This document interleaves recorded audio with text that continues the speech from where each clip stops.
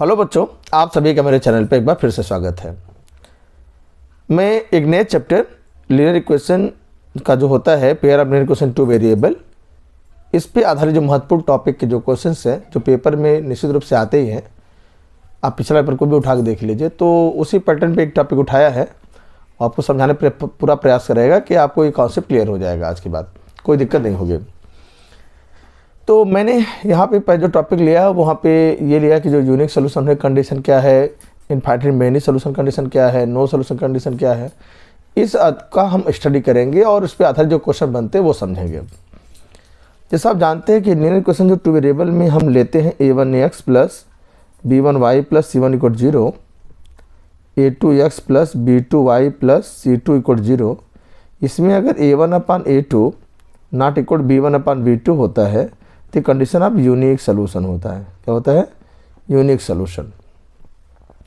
अगर ये दोनों इक्वल हो जाए तो हमें आगे बढ़ना पड़ेगा। तब देखते हैं कहीं तीसरा वाला इक्वल है कि नहीं है।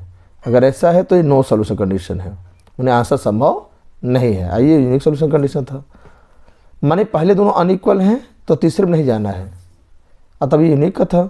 अगर पहले दोनों इक्वल हैं तब तीसरे में जाना है। अनइक्वल वाला नो सोल्यूशन और इक्वल वाला हो जाएगा इनफाइनाइटली मेनी सोल्यूशन।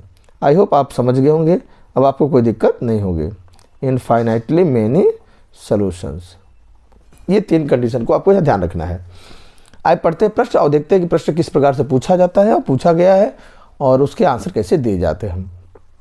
प्रश्न है, फाइंड के for which x minus 2y equal 3 and 3x plus ky equal 1 has unique solution. तो चलिए, सबसे पहले हम यहाँ चाहते हैं कि दोनों इक्वेशन से a1 b1 c1 और a2 b2 c2 का मान लिखते हैं। a1 यहाँ कितना है? x का कोएफिशिएंट 1, b1 कितना है? y कोएफिशिएंट -2, c1 कितना है? इसको हम लेफ्ट में लाएंगे तो हो जाएगा -3, है ना?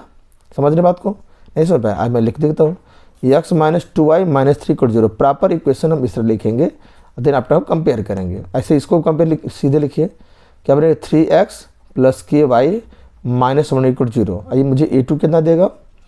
a2 वैल्यू 3 हो जाएगी, b2 वैल्यू k हो जाएगा और c2 वैल्यू यहाँ पे -1 हो जाएगा। प्रश्न कह रहा है k की वैल्यू बताना है और यूनिक सोल्यूशन के लिए। तो फॉर अगर यूनिक सोल्यूशन हम चाहते हैं, यूनिक सोल्यूशन चाहते हैं तो कंडीशन यहाँ फुलफिल होना चाहिए कि पहले दोनों रेशियोज a1/b2 b1/b2 बराबर नहीं होने चाहिए, अनइक्वल होने चाहिए। a1 मान प्रश्न में 1 है, आइए देख देते हैं। a2 का मान 3 है तो 1/3 हो गया, नॉट इक्वल चलेगा।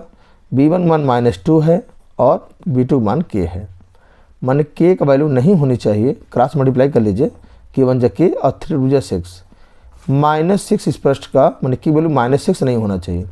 माने क्या? यहाँ पे ऑल रियल वैल्यू चलेगा, आर रियल, है ना? वैल्यूज ऑफ के यहाँ पे अलाउड है, चलेगा, एक्सेप्ट -6। -6 को नहीं लेना है, बाकी जो भी नंबर लेंगे सबके लिए ये यूनिक सोल्यूशन प्रोवाइड करेगा। ठीक है, समझ में आपको? क्लियर हुआ नहीं? फिर उस बार निकल करा दूँ। दोनों इक्वेशन से a1 b1 c1 a2 b2 c2 का मान निकालते हैं। उसके बाद उनका रेशियो लेते हैं और देखते हैं कि रेशियो इक्वल है कि नहीं है। ये चेकिंग करने के लिए होता है। लेकिन यहाँ जब कह रहा कुछ वैल्यू बताना है तो हम कंडीशन जो चाहते हैं, यूनिक वाला कंडीशन लिख लिया जैसा मैंने पहले ही बताया था, और वैल्यू को पुट करके क्रॉस मल्टीप्लाई कराया तो उसने कहा कि -6 नहीं होना चाहिए, माने -6 को नहीं लेना है। तो इसका मतलब उसके अलावा सभी नंबर यहाँ पे ले सकते हैं, are real numbers other than -6 यहाँ पे चलेगा। क्लियर है? बढ़े आगे। अपने महत्वपूर्ण सुझाव कमेंट सेक्शन में जरूर बताएं कि आपको कॉन्सेप्ट क्लियर हुआ कि नहीं हुआ। ओके, बढ़ते हैं अगले प्रश्न पे। अगला प्रश्न हमारा है, फाइंड के for which this two equations has infinitely many solutions. ध्यान दिया जाए तो यहाँ पे अगर इसको प्रॉपर लिखेंगे तो हो जाएगा 2x minus 3y minus 7 equal 0। ऐसे लिखेंगे हो जाएगा k plus 1 x plus 1 minus 2ky minus 5k minus 4 equal 0। यहाँ पे वैल्यू आप सबका लिखना चाहेंगे। यहाँ से मिलेगा a1 2, B1 -3 C1 -7। यहाँ से A2 k+1 B2 1 - 2k and C2 -5k -4। तो हमको सभी वैल्यू पता हो गया। प्रश्न में एक वैल्यू निकालना है, इनफाइनाइटली मेनी सोल्यूशन। कंडीशन आप याद है, फॉर इनफाइनाइटली मेनी सोल्यूशन क्या कंडीशन होता है, सभी रेशियोज आपस में इक्वल होते हैं। A1/A2 equal to B1/B2 equal to C1/C2। A1 का मान कितना है देखो प्रश्न में 2, A2 k+1 B1 -3 B2 1 - 2k C1 -7 और C2 -5k -4। कट गया यहाँ पे। देखो तीनों बराबर हैं, किसी दो को आपस में लेकर सॉल्व कर दें, आंसर आ जाएगा। ले लिख कर क्रॉस मल्टीप्लाई करिए, पर इसका मल्टीप्लाई कर लीजिए, इन दोनों का क्या आ जाएगा 2 टाइम्स ऑफ 1 - 2k। इन दोनों करेंगे हाँ तो इधर तो 3 times of -3 times of k+1। Bracket open करिए, 2 -4k -3k -3 के लेफ्ट लाइए और नंबर राइट ले जाइए, -4k +3k -3 -2 -k equal to -5 माने की वैल्यू 5 होना चाहिए। तो प्रश्न यहाँ आंसर प्रश्न का आंसर हुआ कि की वैल्यू कितना होना चाहिए पूछ रहा है, तो हम कहेंगे आंसर कितना होना चाहिए 5 होना चाहिए कि एक जगह 5 रख लेंगे तो ये तीनों रेशियोज आपस में इक्वल हो जाएंगे, इसमें कोई डाउट नहीं होना चाहिए। क्लियर है एकदम। आगे बढ़ें। तो मैंने आपको सिखाया किसका, एक यूनिक सोल्यूशन सिखाया, अगला मैंने इनफाइनाइटली मेनी सोल्यूशन को लिया। आइए बढ़ते हैं अगले क्वेश्चन पे। इन दोनों इक्वेशन के पास है जो नो सोल्यूशन मनी सोल्यूशन नहीं है, ये प्रूफ करना है। हमको चेक करना है, वैल्यू नहीं बतानी है, चेक करना है, बताना है, प्रूफ करके दिखाना है कि इनके पास नो सोल्यूशन वाली कंडीशन फुलफिल हो रही है। कैसे करेंगे, आइए सर्वप्रथम इसको लिखा जाए प्रॉपर वे में। क्या हो जाएगा 3x - 5y -7 0, ये हमारा स्टैंडर्ड फॉर्म हो गया। दूसरे वाले का 6x - 10y -3 = 0 हमारा दूसरा हमारा इक्वेशन हो गया। यहाँ से A1 कितना आया 3 B1 -5 C1 -7।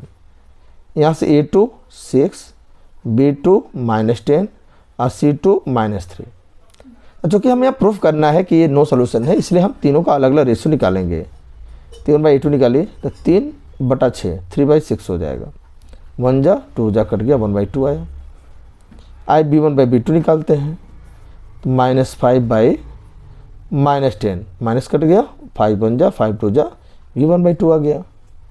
C1/C2 निकालने चलिए, -7 कितना -3 कट गया दोनों, माने कितना आया 7/3 आया।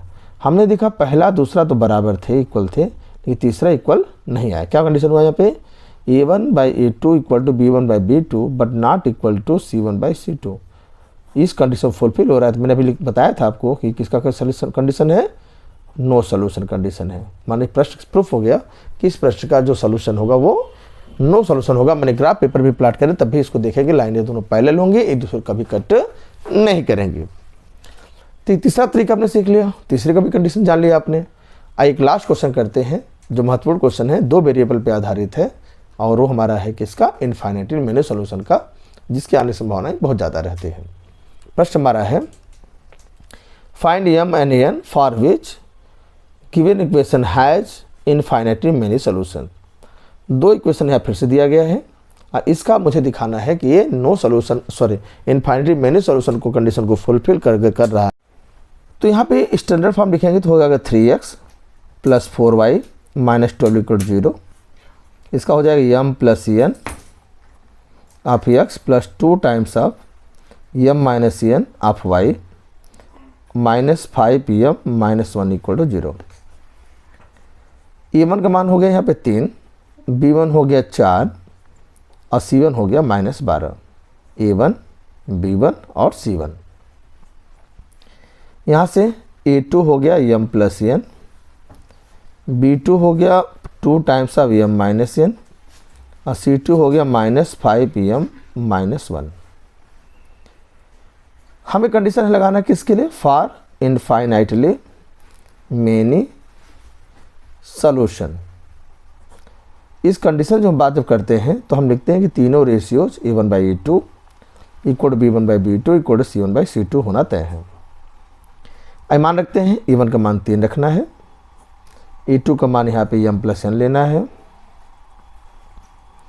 B1 का मान 4 लेना है, B2 का मान यहाँ पे 2 टाइम्स ऑफ m-n लेना है, C2 का मान -12 है, C1 का मान, और C2 मान क्या है -5m-1, तो -1 कट जाएगा। यहाँ 2 2 4 भी कट जाएगा। दो का पेयर बनाते हैं और दोनों को अलग अलग सॉल्व करते हैं, इक्वेशन बनाते हैं। क्या हो जाएगा, अगर पहला और दूसरा एक साथ ले लिया जाए तो 3/m + n का मान 2/m-n के बराबर होगा। क्रॉस मल्टीप्लाई करिए, 3m - 3n equal to 2m + 2n, m left में लाइए, 3m - 2m equal to 2n plus minus इधर जाएगा तो प्लस हो जाएगा, प्लस 3n मिला के हो जाएगा m बराबर हो जाएगा 5n हो जाएगा। जहाँ कहीं भी m दिखेगा वहाँ पे हम 5n रख सकते हैं। ऐसे हम लोग दूसरा तीसरा बराबर कर लें, क्या हो जाएगा, दूसरा क्या 2/m-n और 12/5m-1। क्रॉस मल्टीप्लाई करिए, कर दे मल्टीप्लाई, क्या हो जाएगा, 5 2 10 डायरेक्ट कर दो, 5 2 10m -2 equal to 12m - 12n, m left में लाइए, 10m - 12m और इसको भी इधर ले जाइए तो प्लस 12n और 2 इधर ले जाइए तो प्लस 2 हो जाएगा, -2m + 12n इक्वल टू 2 हो जाएगा। m का मान जैसे पहले में निकाला था 5n प्लस रख दिया जाए, m प्लस 5n रख दिया जाए, प्लस 12n इक्वल टू 2, कितना आया, -10n + 12n इक्वल टू 2। 12 में 10 क्या 2 होता है, तो 2n इक्वल टू यहाँ कट जाएगा एक बार में, माने n का मान 1 आ गया। अगर n का मान 1 आ गया तो m का मान तो उसका 5 गुना है, 5 टाइम्स है। इसका देयरफॉर जो हमारा m हो जाएगा, कितना हो जाएगा, 5 × 1 मतलब 5। तो प्रश्न पूछा था m क्या होगा, तो कहीं m का मान 5 होगा और n का मान 1 होगा। तो मैंने कंप्लीट एक का जो टॉपिक मैंने लिया था कंडीशन बिहाफ पे कि रेशियो वाला जो क्वेश्चन होता है A1/A2 B1/B2 और C1/C2 वाला कंडीशन के बिहाफ पे जो 3 प्रकार क्वेश्चन बनते हैं, unique solution, infinitely many solution and no solution, तीनों पे आधारित जो क्वेश्चन बनते हैं मैंने आपको करा दिया है। एक दो बार प्रैक्टिस कर लीजिए, चीज़ें दोहरा लीजिए, कहीं ना कहीं तैयार हो जाएगा। अब पेपर में आएगा तो आसानी से आप लगा पाएंगे। ठीक है, मुलाकात होगी एक नए टॉपिक के साथ इसी चैप्टर के एक नए वीडियो में। अगर चैनल पे आप पहली बार आए विजिट किए हैं तो चैनल सब्सक्राइब कर दें, बेल घंटी दबा दें, जिससे आपको सही समय पे सही नोटिफिकेशन मिल पाए। कैसा था वीडियो, आप अपने महत्वपूर्ण सुझाव कमेंट सेक्शन में जरूर दें। मुझे बेसब्री से इसका इंतजार रहेगा। Thanks for joining and watching.